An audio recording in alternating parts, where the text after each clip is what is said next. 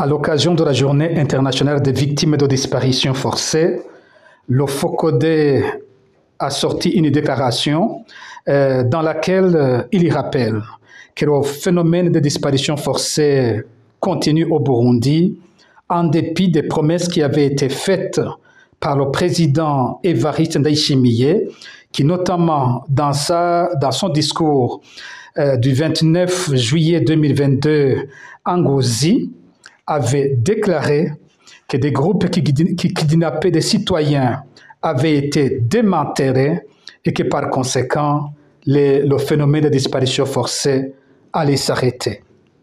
Malheureusement, depuis l'avènement du président Evariste Ndayishimiye au pouvoir, au moins 120 citoyens burundais ont été victimes de disparitions forcées. Pour le seul premier trimestre de 2024, le FOCODE a documenté au moins 25 cas de disparition forcée. Les victimes de ces disparitions forcées restent en grande majorité des membres des partis de l'opposition, essentiellement le parti CNL, le parti MSD et le parti Frodebu. Les auteurs de ces violations graves des droits humains pour cette année 2024 sont essentiellement les responsables provinciaux du service national de renseignement ainsi que certains responsables de la milice Imbonerakure. Notre déclaration a déploré également le comportement inadmissible, ce que nous avons appelé la complaisance insoutenable de la Commission nationale indépendante des droits de l'homme. Ici, nous rappelons que la commission, la CNDH, est dirigée par Sixte Vinyini Muraba depuis 2019.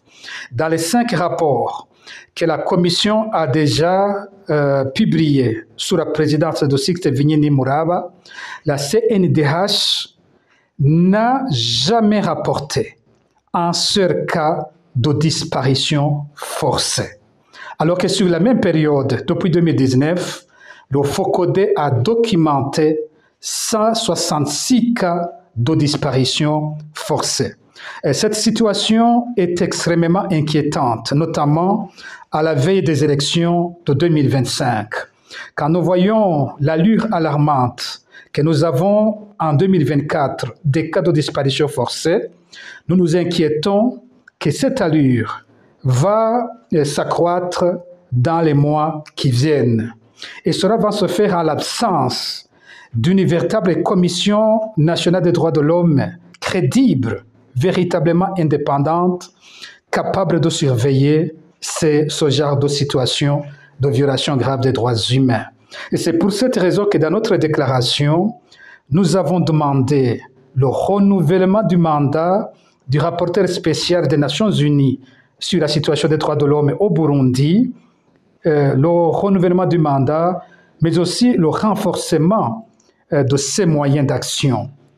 Nous demandons également que les différents partenaires continuent à soutenir, à appuyer les organisations de défense des droits de l'homme qui s'occupent du suivi de la situation des droits de l'homme au Burundi et qui appuient le travail du rapporteur spécial des Nations Unies sur la situation des droits de l'homme au Burundi.